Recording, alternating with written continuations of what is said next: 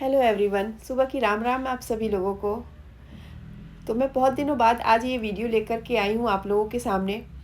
और क्योंकि winter season में मैंने कुछ लगाया नहीं था और जो कुछ भी लगाया था उनमें अच्छे से ग्रोथ नहीं हुई।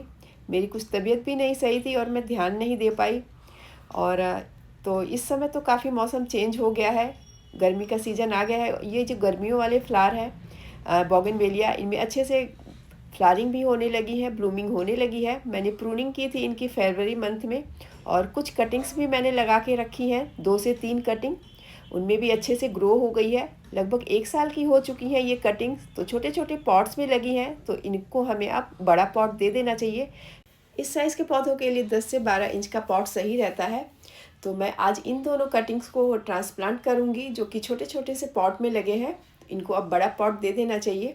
और ये जो स्प्रिंग का सीज़न होता है या फिर बरसात का सीज़न, इनमें हमें बोगनवेलिया या फिर किसी भी पौधे को ट्रांसप्लांट करना चाहिए, रीपॉट कर सकते हैं। तो प्रूनिंग में और ट्रांसप्लांटिंग में हमें कम से कम 15 से 20 दिन या 1 महीने का गैप रखना चाहिए। दोनों चीज़ें हमें एक साथ नहीं करनी चाहिए। तो यहाँ ये 12 इंच का मैंने एक पॉट लिया है और इसकी मिट्टी काफ़ी भुरभुरी है। इसमें मैंने कुछ पौधा लगाया था और इसकी मिट्टी बनाएंगे हम। पहले ड्रेनेज होल पर मैं ये ठीकरी वापस रख दूँगी। और इसकी मिट्टी बनाने के लिए इसमें वैसे तो 50% गार्डन सॉइल और 25% बालू रेत या फिर आप कोकोपीट मिला सकते हैं, पर मेरी मिट्टी एकदम भुरभुरी है। और 25% आप खाद मिलाइए। तो मैंने गोबर की खाद ली है और मिट्टी में मेरे पहले से ही अच्छे से खाद है, लेकिन मैं फिर भी इसमें अच्छे से खाद दे रही हूँ। गोबर की खाद 25% और 2 मुट्ठी मैं डाल रही हूँ सरसों की खली और थोड़ा सा फंगीसाइड, पौधों को किसी भी तरीके के फंगस या बीमारी से बचाने के लिए। और ये हल्दी पाउडर भी एंटीसेप्टिक है, उसका भी यही काम है। और थोड़ा सा मैं डाल रही हूँ 1 मुट्ठी के बराबर रॉक फॉस्फेट, कैल्शियम का सोर्स है ये।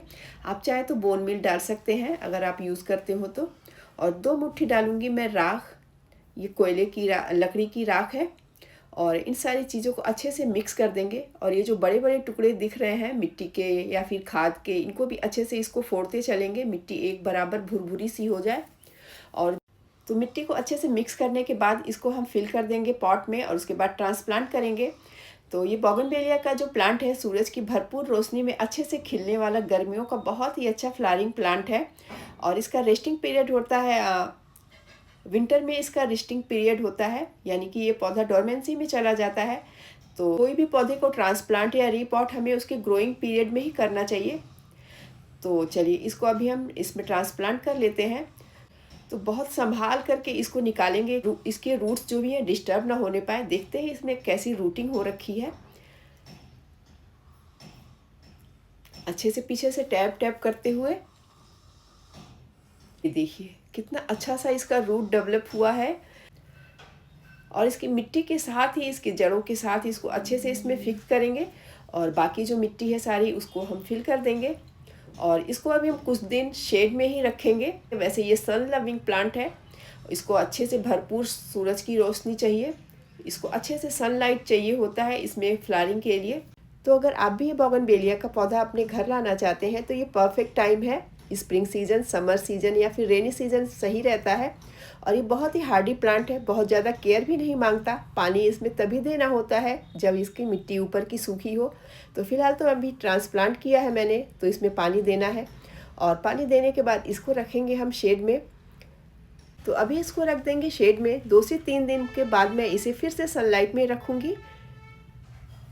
तो चलिए एक कटिंग तो मैंने ट्रांसप्लांट कर दी और ये दूसरी कटिंग जो है ये अच्छे से बड़े ही पॉट में लगा है। 12 इंच का पॉट है, तो इसका पॉट मैं नहीं चेंज करूँगी, पर इसकी अच्छे से गुड़ाई करूँगी और इसमें मैं फर्टिलाइज़र दूँगी।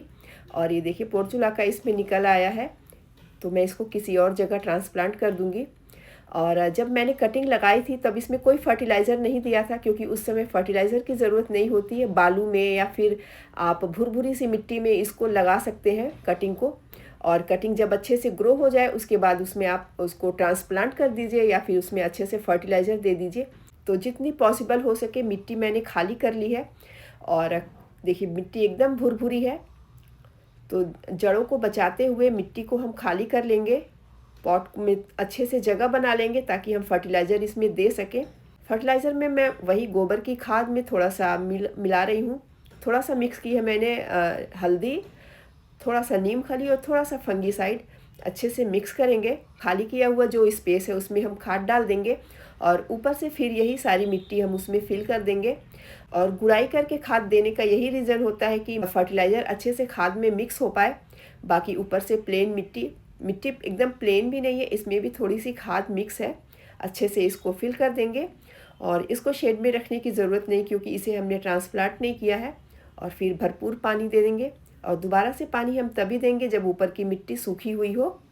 तो अगर आपको भी कोई प्लांट लगाना हो या फिर कोई नया प्लांट आपको लाना हो या रिपॉटिंग, ट्रांसप्लांटिंग, प्रूनिंग करनी हो तो ये सही सीज़न है। तो आप लोग भी ऐसे ही लगाइए और गार्डनिंग करते रहिए।